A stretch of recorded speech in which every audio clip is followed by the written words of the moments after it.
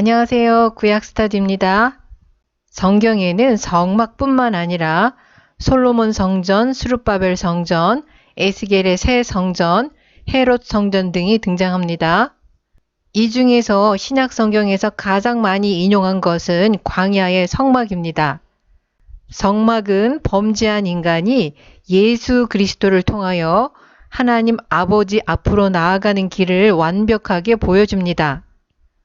출애굽기 25장 10절에서 31장 11절은 성막 건축에 관한 청사진입니다.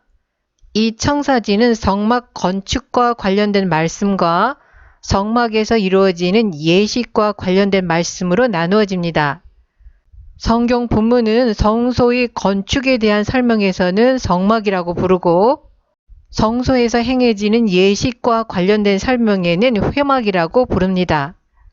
성막이라는 용어는 하나님의 임재를 강조하고 회막이라는 용어는 하나님과 사람의 만남과 소통이 강조됩니다.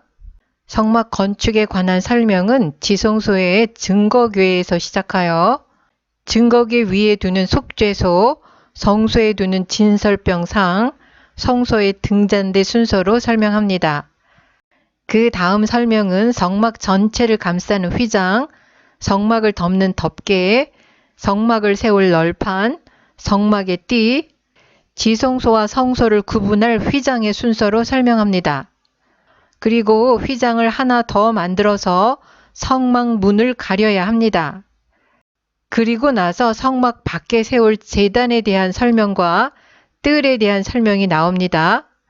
뜰은 동서남북으로 울타리를 세워 만들어집니다. 뜰에 들어가는 문에도 휘장을 쳐야 합니다. 마지막으로 분향단과 놋 물두멍이 첨가되면 성막이 완성됩니다.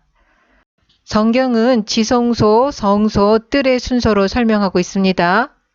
성막의 의미와 쓰임새에서 볼 때 성막의 중심은 지성소와 제단입니다. 지성소에서는 하나님이 모세와 만나십니다. 제단에서는 하나님이 이스라엘 백성들과 만나십니다.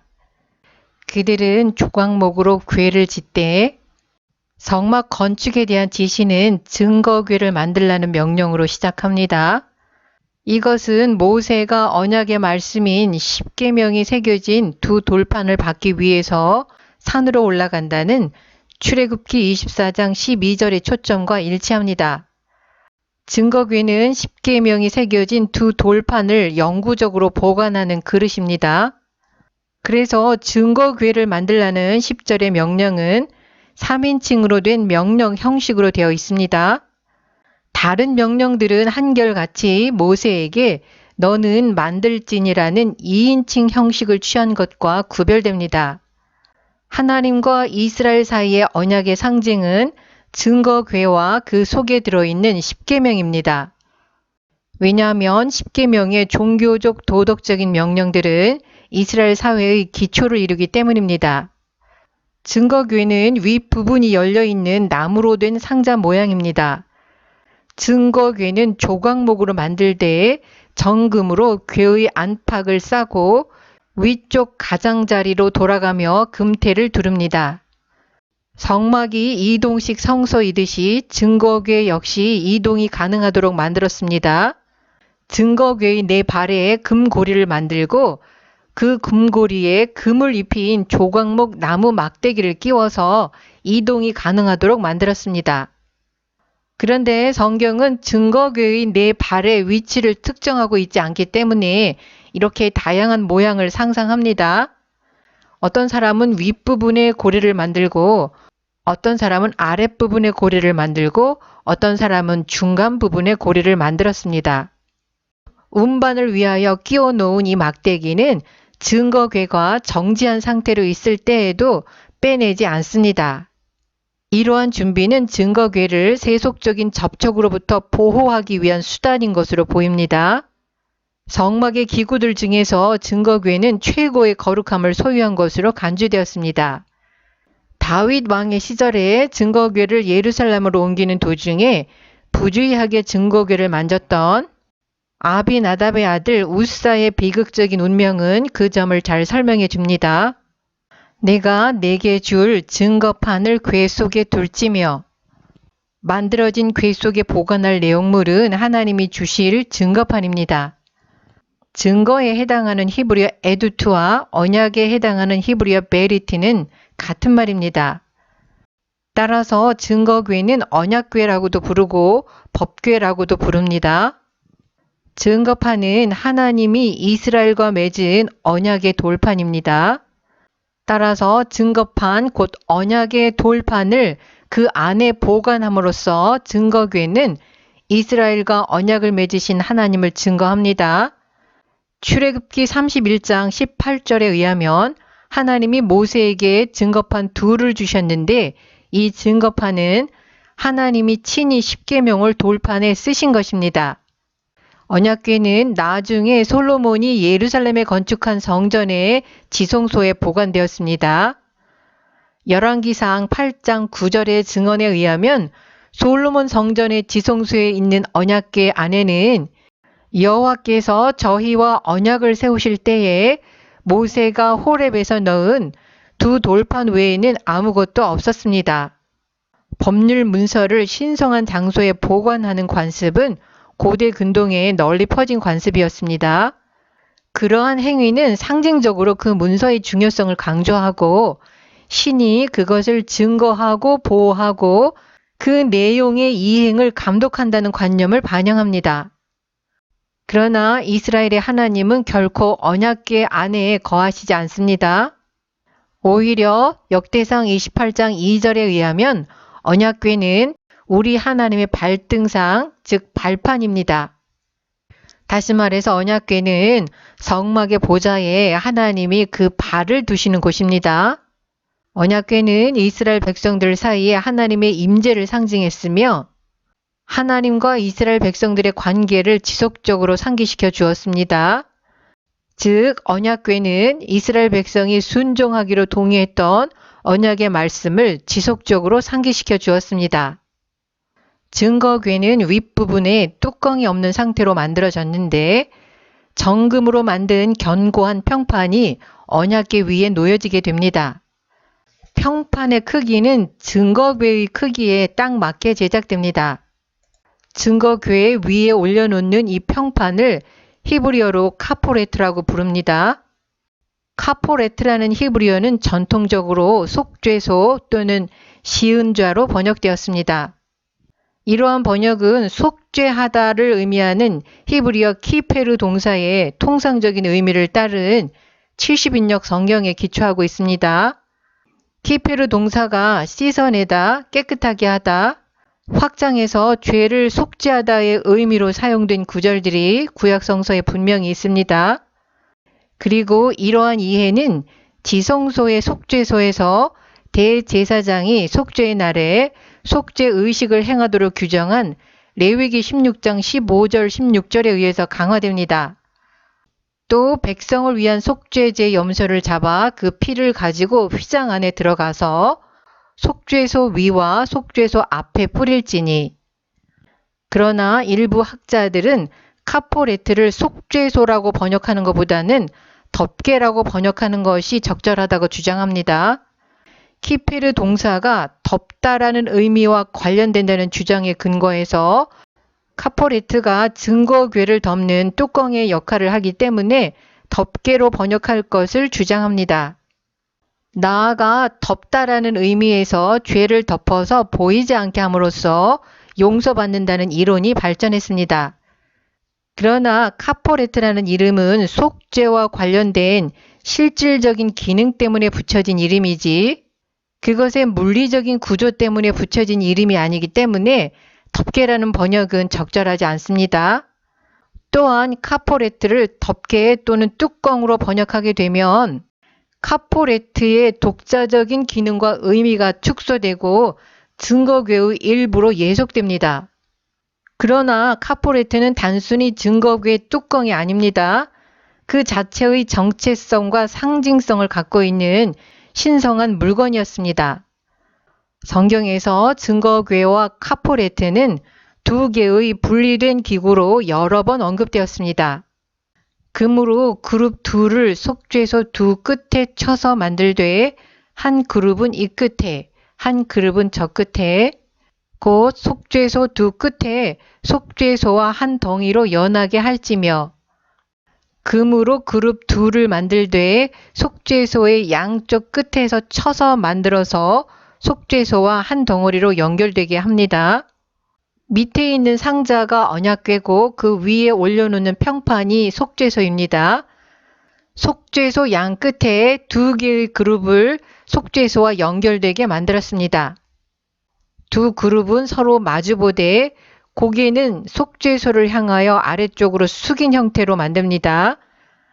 그리고 그룹의 날개는 활짝 펴서 속죄소를 덮는 형태입니다. 그룹들의 활짝 펼쳐진 날개들은 이동성을 암시합니다. 아카드어로 쿠리브는 메소포타미아에서 성전과 궁궐 입구를 위하여 만들어진 수호 천재였습니다. 이러한 생물들은 사람, 동물, 그리고 새의 모습으로 구성된 혼성체였습니다. 이런 종류의 하이브리드 혼성체는 가나안을 포함한 고대 근동의 넓은 영역에 나타납니다. 이와 같은 혼성물들은 에스겔서 1장 6절에서 11절, 10장 14절에서 22절에 묘사된 네 생물의 모습을 연상시키고 있습니다.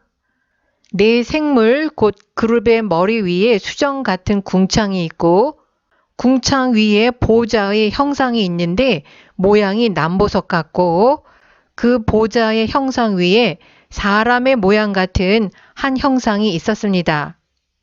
에스겔서에 나오는 네 생물, 곧 네 그룹은 각각 네 얼굴과 네 날개를 가지고 있고 곧은 다리를 가지고 있으며 날개 밑에 사람의 손이 있습니다. 네 그룹의 얼굴은 앞면은 사람의 얼굴, 오른쪽은 사자의 얼굴, 왼쪽은 소의 얼굴, 뒷면은 독수리의 얼굴을 하고 있습니다.